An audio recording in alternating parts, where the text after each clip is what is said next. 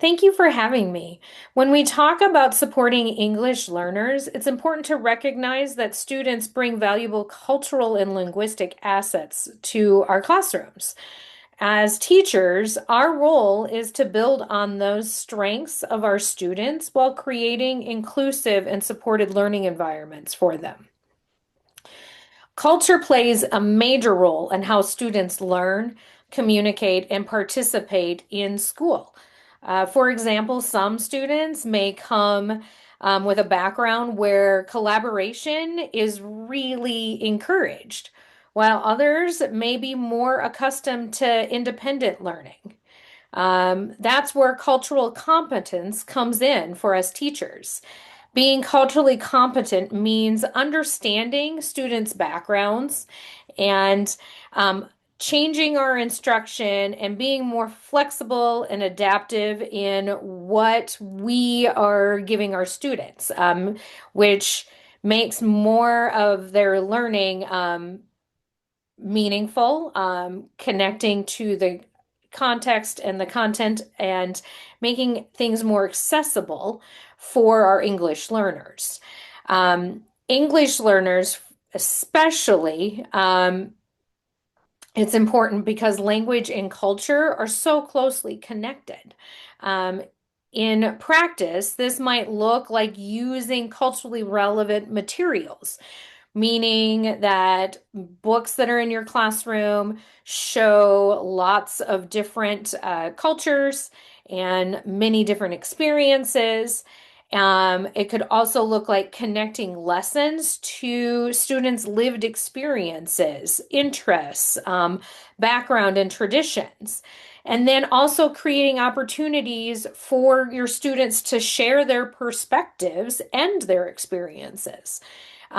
This approach helps students feel respected and increases their engagement in their own learning, which means they're also going to be more willing to take risks in their academic learning experiences. The classroom environment also really plays a critical role in language development. Students learn best when they feel safe, included, and valued in that classroom community. A classroom that has emphasized inclusion really has diverse texts and visuals throughout the whole room for their students to see and participate in and learn from. It respects all languages, which means that other languages are displayed besides English and used in the classroom to, however extent, to support building language throughout the classroom. There's also opportunities for collaboration with peer-to-peer, teacher to student, and then also with families. When I'm talking about the supports in the classroom, that's using visuals with our students, modeling it, and scaffolding our instruction with the students.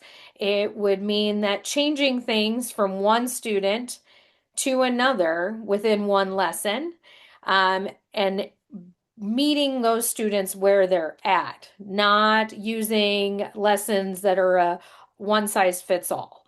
When students feel comfortable and respected, they're more willing to participate, like I said, and also take risks in their learning, which supports both academic and language growth. Some of the strategies that teachers use to support and celebrate cultural diversity in their instruction are creating lessons that incorporate multicultural perspectives and experiences. Coming up with a way of to encourage students to story tell and using their own voices. That could be, maybe doing a story circle where someone brings in each student tells a story or a tradition from their culture. Also using collaborative learning strategies where you partner peers up, like I stated earlier. Also working with other colleagues in the school and with families to enhance the learning experience and bring in different cultural experiences and stories for your class and your students. It's important to recognize that home language is an asset rather than a barrier in our classrooms. Embracing those home languages and allowing students to use their home language, providing bilingual resources, and encouraging flexible language can strengthen understanding and support that identity development of students. English learners have a wide variety of strengths and needs, including some students with special needs. We're always going to have students that are diverse in our classrooms. That's why strategies like differentiating our instruction, using visual supports, and modeling and scaffolding are so important. It's equally important to address students' social and emotional needs first when they're in our classroom. English learners often experience stress and they can feel isolated and they need time to adjust to the new challenges that a new country, a new home, and a new school with new people take.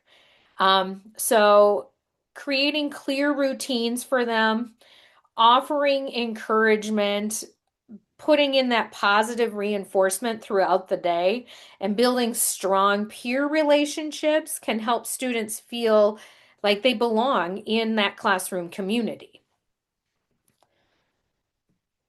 When teachers understand that culture and emotion go together when they're new to a new area, we can design classroom routines and expectations that are more inclusive and supportive. Also, the main thing is that we have to create those strong family and community connections. They're essential for supporting our English learners. English learners bring valuable knowledge and experiences from their home, which can enrich all of our classroom experiences. There's many strategies that teachers must put into place. They must ensure that they're communicating with the families in their home language. So all communication should be in that. And a way to know that is right off the bat, just asking what they would prefer their communication to be. Providing translated materials in their home language, and using multiple methods of communication via email, phone, written, and then face-to-face communication. So all levels, you have to help communicate as much as you can. Finding out which one they like the best is also a good way to ensure that you are getting that engagement with them on their terms. Inviting families into the classroom is a really key thing. So creating those family events that create those connections. It can look like just an in-classroom event. It could also be a school-wide event, or it could be just a one-on-one so you can get to know the family, so you can support their student more. Just inviting them to share their knowledge and their experiences really draws them in to become part of the school and classroom communities. When you give them this support, they are confident that they're going to come in and feel like they're part of the learning environment, both families and students.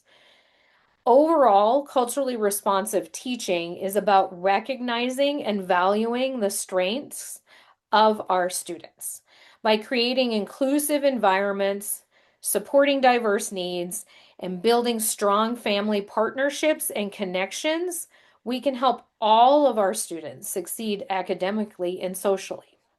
Thank you for this opportunity to share my thoughts on culturally responsive teaching and how to build those great home to school relationships.